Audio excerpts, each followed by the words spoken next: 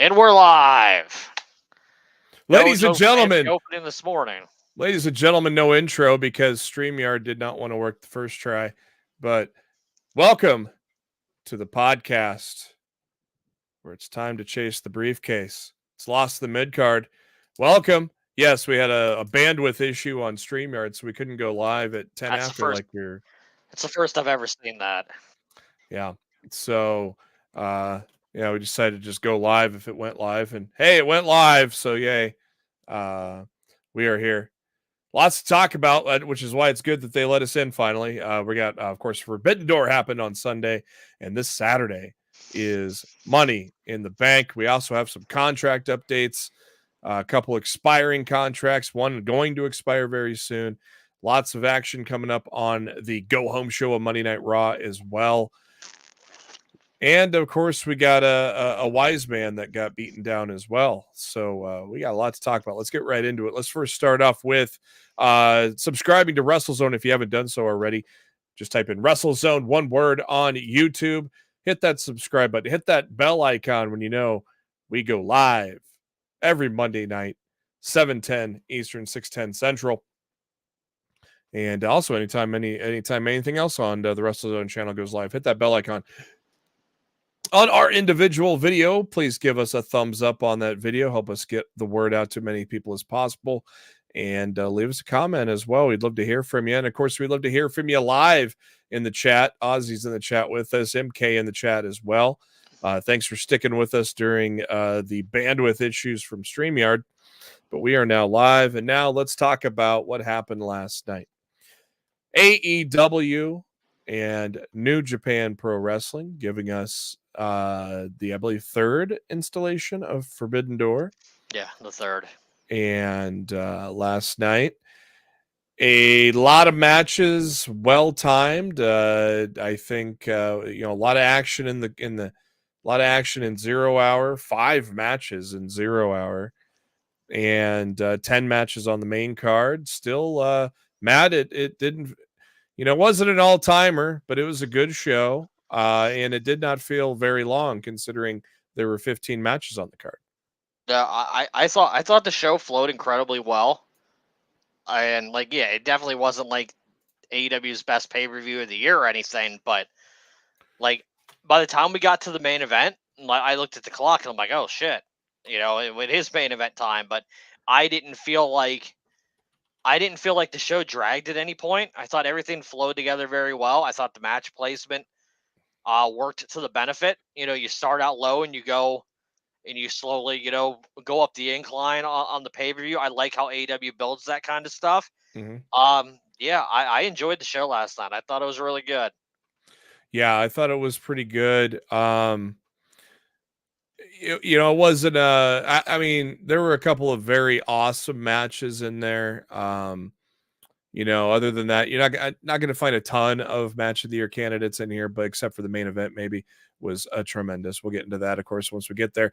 In the main card, Serpentico, one of my favorite AEW entrance themes is the Spanish Announce Project, by the way. I dig that theme. I don't think we have time to cover 0 hour, my friend. Oh, I'm just going to go through it. Kyle Fletcher beating Serpentico. House of Black rightfully winning a 4-way against Ishii, Kyle O'Reilly, Strong, and Gabe Kidd, and Private Party. Willow Nightingale and Tam Nakano defeated Chris Statlander and Momo Watanabe. In the the quarterfinals for the Owen Hart Cup, no surprise, Mariah May winning against Saraya and the Lucha Brothers, with Mystico defeating Los Ingobernables de Japón, which was a damn good 6-man Lucha match right there in its own right. We kicked things off with MJF coming out, kicking off the show in his near his hometown. Big pop for him, taking on Hechicero. Pretty damn good match, I thought. I thought the Roosh match was better, but the Roosh match, I guess, led up to this. Roosh is the better performer. Yeah, Hechicero. Let's call a spade a spade. Yeah, Hechicero isn't very good, but Roosh is he's in AEW. So he's perfectly fine and a serviceable guy. But if you're looking for a great match, you're not getting one out of Hechicero. It just doesn't happen. I thought MJF gave him the best match he could possibly have given him, and the match was probably the right match to start the show because, it's MJF, it's Long Island. You start the crowd off with their hometown hero and you build on from there. Like, to me, it was just the match was honestly, the match was better than I expected it to be.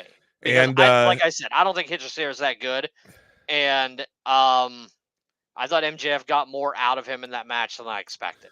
And MJF hitting a Long Island sunrise. Yeah, they're clearly making sure that you do not forget about the MJF Adam Cole rivalry when Cole finally is cleared to return. The Elite with the Elite, the Bucks and Okada taking on Acclaimed and Tanahashi. Another guy that doesn't quite move around like he used to is Tanahashi, but still entertaining. But yeah, that guy. Yeah, he hasn't been able to move good in a few years, unfortunately. Yeah. Some days for him are better than others. Last night wasn't one of his better outings, but it is what it is. It's not like Cena goes in there and looks great in his matches nowadays either. Like the legends of yesterday that are still competing today, they just don't move like they used to. And it's just something we have to accept as fans and understand that the best days of some of our favorites when we were growing up are unfortunately behind them.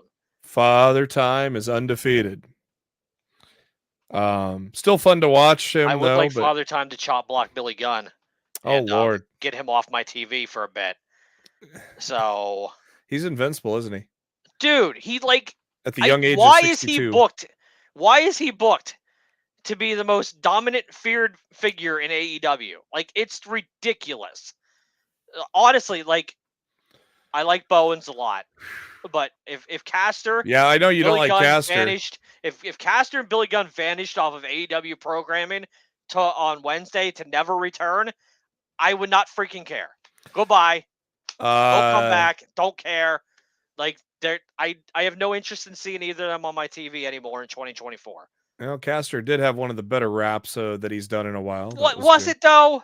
Yeah, it was pretty good. Like, dude, if I rapped and I said the word bitch 50 times, does that mean my rap was good? No.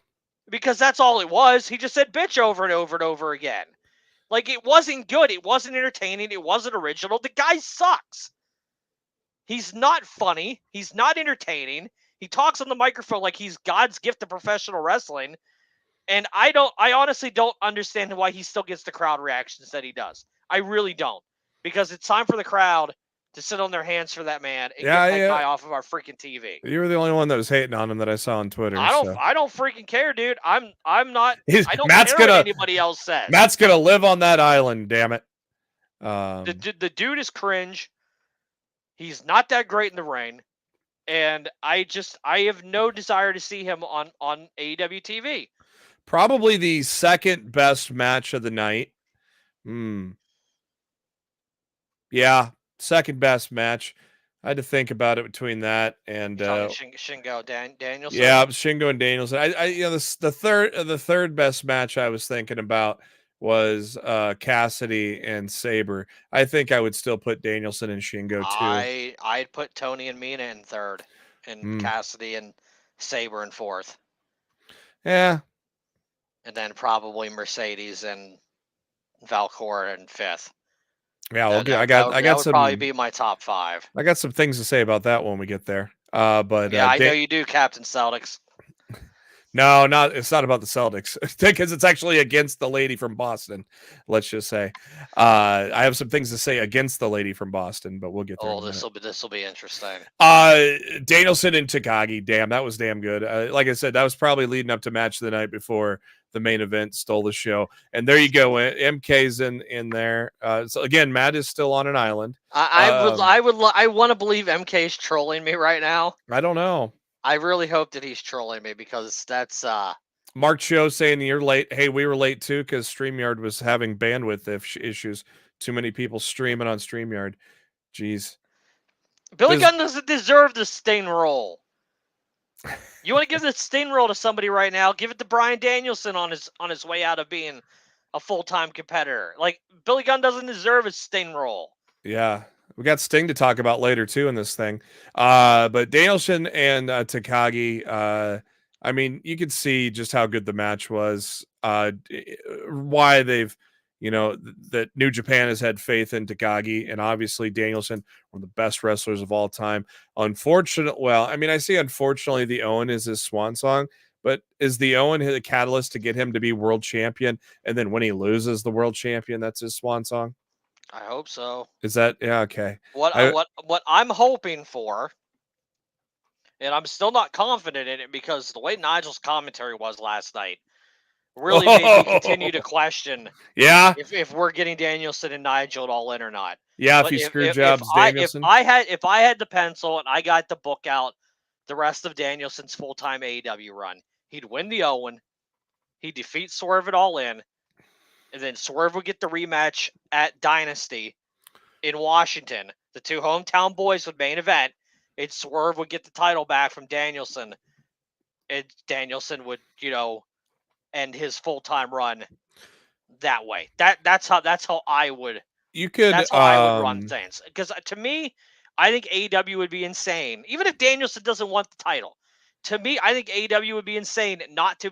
Tony would be like, Brian, I want you in art history. When you go back, like 10 or 15 years from now, you go back and you look at the history of the AEW World Championship. I want Bryan Danielson's name in there. I wonder if Nigel's maybe his first title defense on a Dynamite or something. If Nigel is going to get back in the ring. He was trolling me. Yeah. He says, watch what you say about Mercedes very carefully.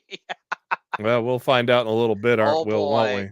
Oh boy. So Bryan Daniels, not Bryan Daniels, but Bryan Daniels' son moves on to the semifinals Wednesday against Pac. Oh, freaking roll, dude. Oh, it's gonna roll. Oh, I think we're gonna get a very special Dynamite this Wednesday night. A very good women's title match, as Matt said, Timeless Toni Storm against Mina Shirakawa. Man, I hope when she is free and clear, Tony signs her up. She has been nothing but tremendous for the company, in my opinion. Works well with Mariah, works well with Tony. Obviously a great match with these ladies. Pretty hard hitting too, man. Yeah, these two matches back to back. I'm like, damn, this pay-per-view has arrived. Because after Shingo and Danielson, I'm like, man, that match is going to be hard to beat tonight. And then Tony and Mina came out like, man, that's a rough spot to put these ladies in after that, and they delivered, man. They delivered an awesome match. The crowd was into it. I thought it was great. And I believe that was probably the last we're going to see of Mina on AEW programming for a while. I'm going to miss her. I've really enjoyed her character, her in-ring work, her interactions with Mariah and Tony. It's going to be sad to be without Mina in AEW for the foreseeable future. Yeah, Tony's going to have to definitely see when she's got free and clear, because she is very popular in a short amount of time in the United States already, and has done a great job. And in the end, all three girls hug and make up, but wait till Mariah wins the Owen. Yeah, like it seems very it seems to be the most to me the women's is already locked for Mariah, whereas the men's it's either Danielson or the wild card, and I still think the wild card's Heyman.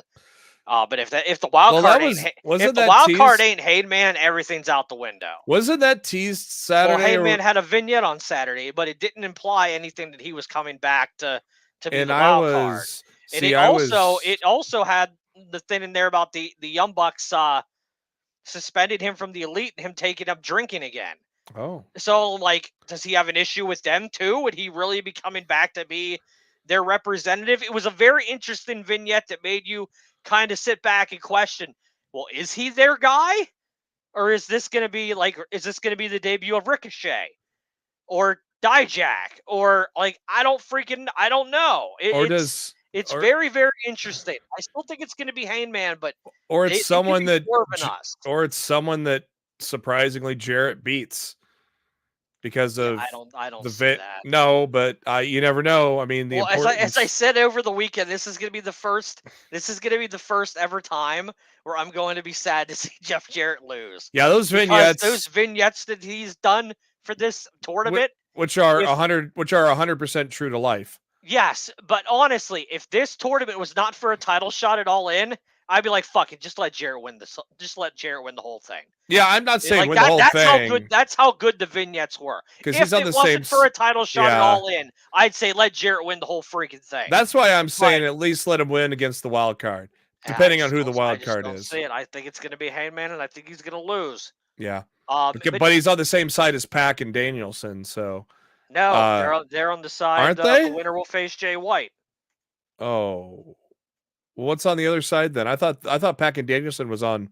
Pac and Danielson's on the left, and they're in the semis. Well, who's So the winner above? of that is automatically in the finals. So Jarrett in the wild card will face the winner of the wild card, and Jarrett faces Jay White. Oh, And then Jay White will lose to the wild card most likely, and the wild card will face Bryan Danielson in the finals. oh, you know what? Man, I could see Jarrett in the finals against Danielson now. I can almost see it. I absolutely could not. Yeah, but Jay White's on fire too. I could see Jay White winning the whole thing. Bullet Club Gold's on fire. That is an interesting stat that I didn't think of. Oh. Jay White is 4-0 against Heyman. That's I hope if that's the match we get, I hope Excalibur or Tony Schiavone or somebody on commentary brings that up because that is a tremendous stat. Yeah. Alvarez of the Wrestling Observer thinks it's Christian Cage. But they look like they're focusing on focusing on the trios. Yeah, Cage is laser focused into that trios picture now, so I don't foresee him being the wild card. If Cage is the wild card, Jarrett should beat him. Next up is Zack Sabre Jr. and Will Ospreay. No, it's not right. Zack Sabre Jr. and Orange Cassidy. Yes, somebody typed this wrong. Man, this was counters upon counters upon counters. Man, these guys put on a wrestling clinic. And then the goddamn submission, like it was like 4 submission holds in one that Sabre put Orange Cassidy in. That was a crazy ending. I did not expect ZSJ to win that one, especially as how strong. I told you last week he was going to win. Yeah, they just like to book Orange Cassidy so strong. I was interested that he had won. Of course, you got to throw a bone to some of the New Japan guys. You can't make it like when Ring of Honor took on New Japan, and well, Ring of Honor just would lose every match. Remember that? Yeah. Well, New Japan as a roster is a lot stronger than they are now. Man, that was a great match, though. I had a lot of fun there. Then a lot of people's piss breaks were the Learning Tree taking on. The only reason I didn't get up and leave is because I did not want to miss a single second of Cobb and Joe. Of Cobb and Samoa Joe in that ring. And that's why they put Jericho in this match. Because they knew that people like me wanted to see Samoa Joe and Jeff Cobb and would not allow me to leave my TV when those two big boys got in there and got to tear it up a little bit. Like, God, when Cobb... that was all my favorite points of that match were those two. Well, except for when Hook hit Jericho with the Judas Effect. That was... Oh, he fucking clocked him. That might have been the best Judas Effect we've seen in AEW. And like we said last week, Big Bill's doing Jericho better than Jericho is nowadays. He really is. Hello, Ozzy. Astrid, how you doing? Nice to see you in here. We got a flood of new people in here. Jericho, please retire. Kevin is asking Jericho to retire. Ouch. I am still trying. A lot of people are asking him to retire. Hi, guys. The whole crowd in Long Island was asking him to retire last night. So I'm your hometown hero. He's something. I'm trying to decide if I like this chair. I liked it at first, but I don't like it. I liked it at first. I like what Big Bill is doing. Yes. I like what Brian Keith is doing. I don't like what Jericho is doing, if that makes sense. I liked what Jericho was doing at first when he was first acting like he was being a heel, but acting like he's not. But now it's he's Eugene. Corny. Yeah, it's corny. Like when it was Jericho doing the acting and not just being this character. No, yeah. Now Jericho. Now he's a character. He's turned himself into a cartoon character. Yeah, and it's not good. It's unfortunately it's just not good at all. But he thinks it's good. He thinks he's getting good heat. So they're gonna continue to trek on with it when it's really not the kind of heat that I think he thinks it is. Next up, TNT title match on the ladder: Mark Briscoe, Dante Martin, El Phantasmo, Lio Rush, Jack Perry, Konosuke Takeshita. This was a lot of fun. Not an all-timer. That they've had some better ladder matches, but it was still very entertaining. I think my favorite spot was probably Takeshita laying out ELP with a Blue Thunder Bomb through 2 tables. That was that was a good spot. That was a sick spot. Dante Martin just overcoming what happened to him the last time he was in a ladder match. I'm sure the mental hurdles he had to go through to get himself through that match were insane, because that would be in the back of my head the entire match. So I'm so happy he was able to get through that unscathed. Mark Briscoe, as always, he's solid when he's called upon to do anything. He did a tremendous job, as he always does in these type of matches. Lio Rush is amazing too. All these guys, and of course El Phantasmo is a favorite of mine in New Japan, who I hope will make the jump to if his contract's up soon. I don't know if it is or not, but like all of his friends have left, so he's like they mentioned it on commentary. He has no friends left, so but it's good to see him. He's ELP is a favorite of mine, but the answer was not too surprising. That but how about that goat mask? Look like something out of the Wyatt family. Yeah, I like the scapegoat mask. That's badass. I felt like we all knew ahead of time what the situation was going in. Yep. But it didn't make him winning the title any less enjoyable. No. People could say what they want about the time off he had away, but I feel like the time off that he was given, the New Japan run, the showing of the last year's All In footage leading him to return to Unite with the Elite, I think he's established himself as a man. He is on such another level now. Yeah. That he was last August. It's night and day. Crazy where he is at this point in his career to where he was literally just 1 year ago. And to think this guy was Jungle Boy. Yeah. That seems like forever ago. The Elite now. Well, MK Jack Perry just went to the Alexa Bliss School of Ladder Matches. Right. Because that's how Alexa Bliss did all her ladder matches in WWE. She never took bumps in her ladder matches in WWE. She ended up winning most of them. So if you can get away with it, go for it. Right. Why not? The one bump he was going to take, Mark Briscoe missed. The Elite now all hold gold, but they don't hold the gold. Maybe that's where the wild card comes in. I was going to say, that's what they're hopeful the wild card's going to do for them. Next up, TBS Championship and New Japan Strong Women's Championship. Mercedes Moné against Stephanie Valkyrie. And again, I love the look of that strong title. I'm not a very purple fan. Not a fan of purple. You don't see me wearing purple much, but I think it's a nice shade of purple. I live in an area where a lot of people wear purple, and I'm not a fan of it either. And Judgment Day wears purple. Now, purple's starting to invade us all. Frantic World, thanks for joining us as always. Good to see you, man. All right, here's my take. And some people, actually, a lot more people agreed with me than I expected on this. Valkyrie wrestled the better match and looked better in the ring than Moné did. I think if anything, Moné might have been a little rattled by the crowd. The way she's heard worse. She's heard worse. It was New York. She has heard worse, but she's heard worse when she's expecting it. Yeah. I don't think she was expecting it last night, and I think that might have rattled her. But I still thought the match was really damn good. Oh, it was. Like I said, it's probably my number 5 of the 10 match. So like right there in the middle of the show. but I still thought the match was good. I thought Valcourt and Mercedes had a really good match. I really enjoyed it. The crowd, in their hate for all things Boston, went into business for themselves. But that actually worked out way better for the aftermath of the match, when Dr. Britt Baker, DMD, made her long-awaited return to AEW last night, and I don't think the crowd could have been happier. Yeah, once that music hit, the pop for Britt Baker was insane. It was amazing. But I stand by it. I think Valkyrie wrestled a lot better than Monet did. And Valkyrie, yeah, I mean, she is smooth in the ring, man.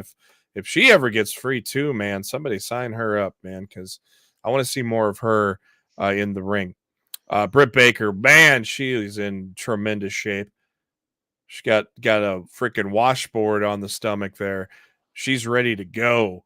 Cannot wait for her to come back. She's been gone about 9 months, and I'm sure Jamie Hayter ain't too far behind either. So I would surely hope so. That women's division only getting stronger, but I bet we can say on the eve of my birthday, August 25th, we're going to see Britt Baker and Mercedes Moné, a true women's dream match. When dream match gets thrown around like a blanket on the bed, this is a true dream match between two ladies right here.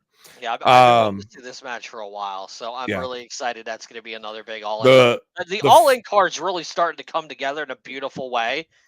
Because it seems like the top 3 matches are pretty locked in at this point. Swerve and likely Danielson, and then we've got MJF and Ospreay, and then we're gonna get Tony and Mariah. We're gonna get Mercedes and Britt. Like, this card's shaping up to deliver like AEW's WrestleMania. The fact that my gut feeling for Jack Perry is going to be Darby. By the way, what's next for Tony Storm? Mariah May's next for Tony Storm. Yeah, Mariah's going to win. That's absolutely who's next. I predict that Darby and Jack Perry make a hell of a lot of sense. Yeah. And Darby just recently commented, "I missed the TNT title." Yeah, book it. Yeah. Book it. I'm all about that. I like that idea a lot. We could probably meet. You know what we should do next week? We should book a segment. Let's book the AEW All-In card next week. We basically just did. Well, we only book like 5 matches. You damn well know they're going to be like 10 or 15. Yeah. So let's think about it throughout the week. Let's book the AEW All-In card next week on the show. You remind me. Yeah, we might have. Well, we got Money in the Bank talk about next week. After we talk about Money in the Bank. Yeah. Then an announcement, special announcement, a new show coming. Following Wrestle Kingdom on January 4th, also live from the Tokyo Dome. Basically, Japan's version of the Forbidden Door, Wrestle Dynasty, multiple companies converging into one on January 5th. So a spectacular 2-night event. As I wrote on social media last night, rest in peace to my sleep schedule that weekend. Right. Because I normally stay up and try to watch Wrestle Kingdom, and now I'm going to want to watch Wrestle Dynasty too. Woof. That's going to be one hell of a freaking crazy ass weekend. I guess my next question is, when did Tetsuya Naito fall off? Or was this just an off night? No, he's slowed down just like Tanahashi slowed down, unfortunately. But Naito's so much younger. Yeah, I don't know. It wasn't good. A lot of miles? It was one of my least favorite things on the show. Because I think Naito's only 42. So if he's slowed down already. But in the world of strong style, you put a lot of age on that body, working that style in Japan, than you do working like a WWE or AEW style. Because then you gotta adjust like guys like Suzuki do. You gotta adjust and just be a badass. But he's smaller guy, so that doesn't really help. But yeah, it was not a great match. Maybe Moxley should have retained. I knew he wasn't retaining the second Naito came out this week and said, if I lose to Moxley again, I'm giving him my spot in the G1. Yeah. And I'm like, ain't no way TK's losing Moxley for the summer to go work the G1. This title's going back to Naito. Like he totally gave it away by by adding that stipulation in. And what's funny is when that was brought up to Tony Khan over the weekend on Wrestling Observer Radio, he didn't even know about it. Oh, So yeah. it was just like, yeah, well, yeah, that was just All not, right. not a smart play by Naito to announce that ahead of time. The main event, boy, a classic as expected, but Everything boy, I expected and more. it was a classic. I'm sure Uncle Dave was going to give it 5 to 6 probably. But it was, I don't know if you can go 6 because of the callous interference. yeah. It should Yeah. definitely still be around the realm of a 5-star. Like my buddy John Canton that hardly ever gives a 5 gave it 4 3/4. So probably due to the callous stuff. I think the callous thing will be important for the story that'll be told in the weeks to come. But in the moment, it's like, God, really? Do we really need him out here right now? Type of situation. You know me, I'm never a big ref bump fan. So yeah. when the ref bump happened, I groaned. I knew callous was coming. So yeah. But Ospreay didn't want the help. And then Nana shoved callous on his ass. That was funny. It's your time to shine, JB. Yeah, I wish I had the money. Shit. If I had the money, I'd be probably in New Jersey right now anyways. Partying after Forbidden Door. The end of the match was also an all-timer, just outside after callous, though. The end of the match was just insane. The shots that Ospreay took and kept kicking out. He did like the weakest hidden blade ever, which I thought was brilliant because it showed it was by design. Yeah, it showed how weakened he was. And Swerve was right. He just was not quite ready for that spotlight. And another house call, then a JML here's driver. The difference between Swerve and Ospreay. Swerve would have used the screwdriver. Right. Swerve would have done what it took to retain his championship, and Ospreay was not willing to stoop to that level. And that was the difference in the finality of the match. Damn good match. Pay-per-view overall, I thought was very solid with a couple of wows in there. I'd give it probably an 8-ish out of 10-ish if we did. I give it a B to a B plus. I really enjoyed the show. Two different teachers with 2 different grading scales. I like it. I do the out of 10. He does the grade, the letter grade. I like that. All right, Money in the Bank. Money is heading up north to Toronto. My money. Oh, we got Heat Wave too this weekend. I don't even know what's on that one, but we got Money in the Bank on that says Sunday, but that's not right. Of course, that says like a different country, so that's probably like 1 a.m. wherever that is. I just found a graphic that fit the screen and it had Yeet in the Bank, so I wanted to use it. It is actually normal time because it's in Toronto, so your normal PPV time. Isn't it 7 p.m.? It may be. Where's hold on. I got that other graphic. Let me look here. Let me take this down before we confuse people. So it says 7 Eastern. I don't know if that's when the kickoff is. I think WWE shifted to back to the earlier start times, which I wish AEW would look at your Peacock would do as well. Like I love the 7 p.m. I love the 7 p.m. pay-per-view start time. And I know some people would argue, well, AEW started at 7 p.m. with 0 hours matches, but at that point, they just start 0 hour at 6. I got a DJ a wedding Saturday, so I'm shutting off all notifications, or just shut off my phone. One of the two. I don't know. Ryan out here with his picks. Of course he's going for. Of course he's going for Tiffany. Of course he's going for Tiffany. What a surprise! 5 matches are on the card. Probably not adding any more because they like that 5-match formula.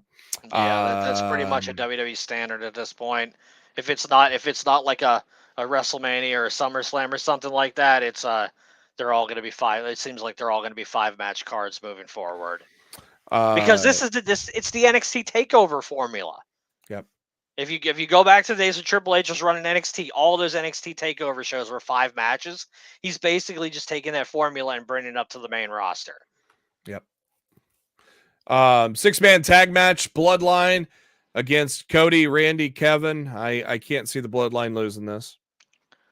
Keep them strong till Roman comes back. If you're doing Solo and Cody at SummerSlam, the Bloodline have to win, and Solo has to pin Cody, because there's no other explanation that you could sell me on that would explain why Solo should be getting a title shot, because he hasn't done jack shit in the last year plus in the reign. So Solo has to pin Cody, or that match at SummerSlam doesn't make a lick of sense whatsoever. And it's going to be Solo, Tonga, and Tonga Loa. No Fatu yet. Intercontinental title on the line. Sami Zayn, Braun Breaker. Matt, you go first since I went first last time. This is tough. It's in Toronto, so you kind of lean on Sammy retaining in the Triple H era. It's not like Triple H has gone out of his way to bury talent in their hometowns. That was more of a Vince thing. But man, Braun's prime for that title at this point. It's a coin flip. I'm gonna go with Sami Zayn, but I'm not confident. Like, I think Sami Zayn, by some type of shenanigans, maybe Chad Gable getting involved in it backfiring. Like, Breaker won't lose clean. If Breaker doesn't win the title, he's not losing clean. There'll be some kind of screw job thingy. I don't see Gable getting involved. Sheamus or somebody. Sheamus could get involved, because Sheamus technically should be the one getting the title shot right now, and not Braun Breaker, because he won that match by DQ that was supposed to be who decide who was going to face Sammy. So maybe Sheamus gets involved and does something with Braun. I don't know. I'm going to say Sammy, but I'm not confident on that pick at all. If Sheamus does not win tonight, I will pick Sami Zayn, because Sheamus is going to cost Braun Breaker. But if Sheamus is in the Money in the Bank match, neither he or Gable are going to be involved, and Braun Breaker wins. But I say Breaker wins unless Sheamus does not qualify tonight. And I don't know, is Drew? You gotta feel Drew qualifies so Punk can fuck him over on Saturday, right? Yeah, you gotta think so. Push him off the ladder when everybody's down, and you think it's obvious. And Drew's the only one there, and then that's what I'm expecting Drew to win tonight. So I'm expecting, unless Sheamus... Punk screws him over tonight. I don't know. I think they'd want to save that for the pay-per-view, but yeah, I don't know, but that's my caveat on Breaker is Sheamus gets involved, because he was technically the number one contender. Last chance match for the World Heavyweight Championship. Damian Priest, Seth Rollins. If Rollins loses, he could never challenge for the title as long as Priest is champion. Both Matt and I assume, are on the same page, because this makes more sense against Gunther for Seth freaking Rollins to win. It's also, if Priest loses, he must leave the Judgment Day. Oh, yeah, he must leave. Yeah, Priest must leave the Judgment Day. Which I would not be surprised if the Judgment Day purposely cost Priest this match to get him out. Liv's been causing hell. Liv and Finn doing something over there. Yeah. Doing something over there. So I'm not rolling that. I definitely think Rollins wins, but I would not be surprised if it's because of Judgment Day interference to purposely kick Damian Priest out of that faction.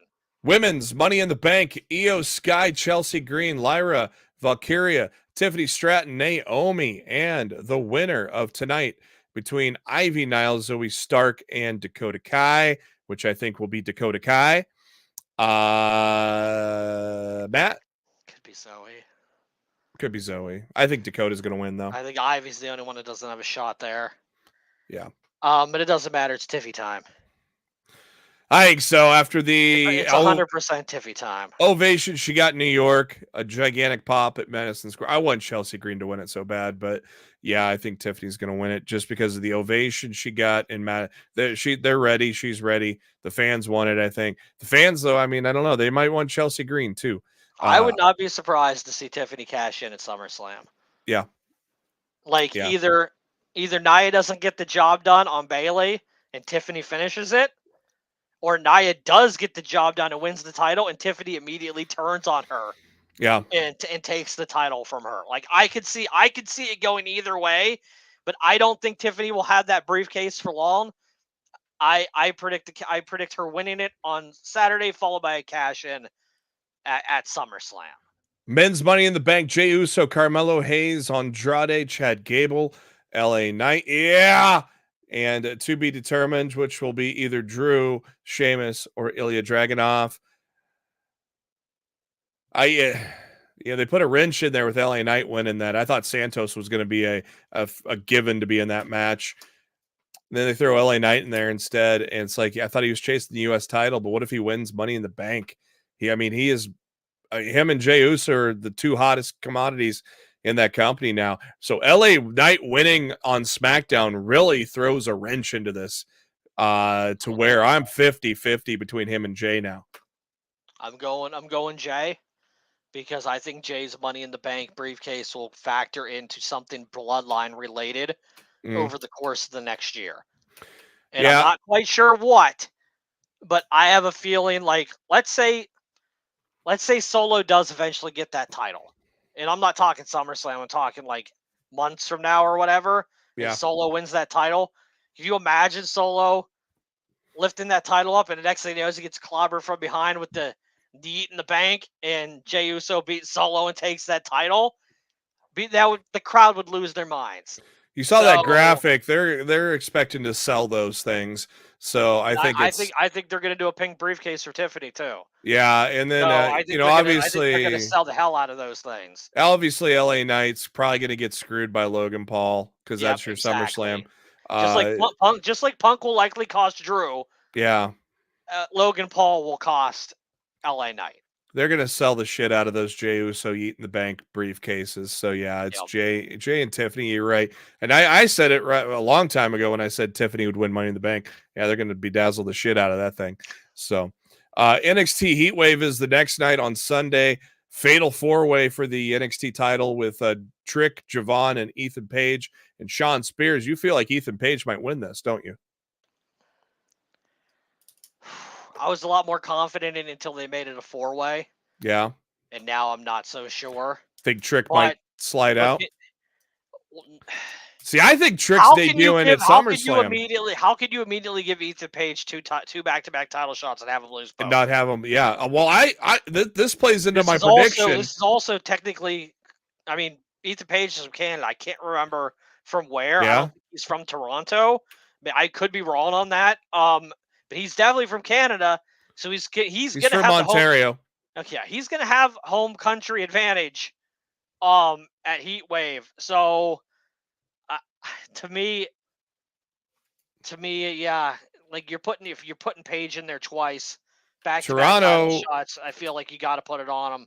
He's from a city in Ontario, which is the capital is Toronto of Ontario. So Toronto's the capital of that province. So it's basically a hometown thing for Ethan Page. Do you think Lola Vice beats Roxanne or Wesley beats Obafemi? Well, if Wesley doesn't win, he can't challenge for the title again as long as Obafemi has it. So you don't think Oba's losing in NXT though, right? You know what I would do? You know what I said? I said early in the show I don't like ref bumps, but I'd have a ref bump and I'd have TNA's Rascals pop up and help him win that title. I could see Lola beating Roxanne. I could see Lola beating Roxanne, but if they're gonna change, I don't think Roxanne's every title. I don't think Roxanne's dropping that title until Julia shows up. As Julia was supposed to be for this match until she got hurt. Yeah, I think Lola Vice is unfortunately if we're already right now, and if we're already changing 2 titles, I mean, all 5 matches have titles on the line. So yeah. Kalani's not going to lose to Sol Ruca. No. I don't think Frazier and Axiom are going to lose to. They may lose to Chase U. That might happen, but but yeah. Well, I mean, Frazier and Axiom haven't been on the same page lately, so maybe. In other news, Ricochet is officially a free agent now. Contract was up as of today, which is why he could not even appear at Forbidden Door last night. It did not end until today. And so that is many expect him to go to AEW. Sources from both WWE and AEW have said so. Dijak posted on his Facebook account on Thursday that WWE never even negotiated with him. He basically got stonewalled with him. They basically stonewalled him after drafting him to Monday Night Raw after a great run in NXT. WWE just decided to let the contract run out. Dijak made his first appearance this weekend. And this just dropped literally before we went on the air. We don't even have a graphic for it. Natalya is not backstage amidst contract rumors. There are rumors that her contract may be up. There are rumors that she could head to AEW in time for the finals of the Owen Cup. Can you imagine her being there to help present the Man. cup? Like, if that's her debut, July 10th in Calgary during the oh my God, dude. It would be so special. No, honestly, if AEW can get TJ Wilson in there as well. It sounds like producer, he might be done too. Because Mercedes Moné is insinuating his deal's up close. It might be. Well, he doesn't have a deal. He's an employee. He's not an independent contractor so, like Italian. He so producers don't have to. No, he could technically leave and quit whenever he wanted. And could show up at anywhere. Yeah, because he's not going to be on TV. He can go. He won't be. Produce from one place to another. Yeah. But God, he's one of their best producers. He would be a very valuable producer for AEW's women's division. And I think Natalya deserves the chance to show the world what she's truly capable of that WWE has never allowed her to do. No shit. That's why I've been so vocal about letting her answer one of Jordan Grace's open challenge at TNA. Yeah. Because I think she would show the world what she could do over there, and they're just sending, NXT jobbers over there instead, which is disappointing. It's almost Monday Night Raw time. AEW Dynasty this week. We will hear from Dr. Britt Baker, DMD. We will also hear from Mercedes Moné. It'll be the wild card against Jeff Jarrett. It'll be Chris Statlander against Willow Nightingale in the Owen. It'll be Pac versus Danielson in the Owen. And it will be Ospreay Daniel Garcia for the International Championship. Tonight on Raw, getting started, Zelina Vega will challenge Liv Morgan. I don't think it's a title match. Then we have our 2 Money in the Bank qualifiers, and Rey Mysterio takes on Dominic Mysterio. And with that, we got the Marvel graphics telling us it is time for Monday Night Raw. For Matt Black, this is Jeremy Bennett. Thank you for tuning into Lost the Midcard. Have yourselves a great week. We will be back next week to talk Money in the Bank and Heat Wave and maybe predict that all-in card in Wembley. Have a good one.